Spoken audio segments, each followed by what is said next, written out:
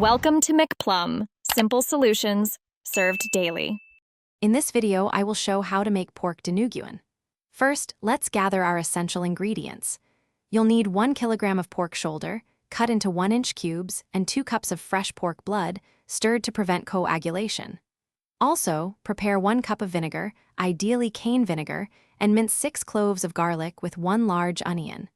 These simple steps ensure you are ready to begin cooking this delicious dish. Now, let's start cooking. Begin by sautéing your minced garlic and onion in a pot until they are fragrant and softened. Next, add the pork cubes, cooking them until they are lightly browned on all sides. Pour in 1 cup of vinegar and let it simmer for about 5 minutes without stirring.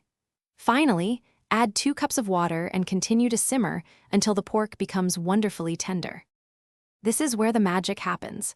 Carefully stir in the fresh pork blood, making sure it is thoroughly combined with the pork and sauce. Now, season your Dinuguan with 1 tablespoon of salt and 1 teaspoon of black pepper to taste. For a mild spicy kick, add 2 green finger chilies. Simmer gently for 10 to 15 minutes, stirring occasionally to prevent sticking and ensure even cooking. We're almost there. Continue simmering your Dinuguan until the sauce reaches your desired thickness. It should be rich and velvety. Taste and adjust the seasoning as needed, adding more salt or pepper to perfect the flavor profile. Serve this delicious, hot Dinuguan immediately with freshly steamed white rice. For an extra touch, garnish with a few more fresh green chilies if you like. Enjoy.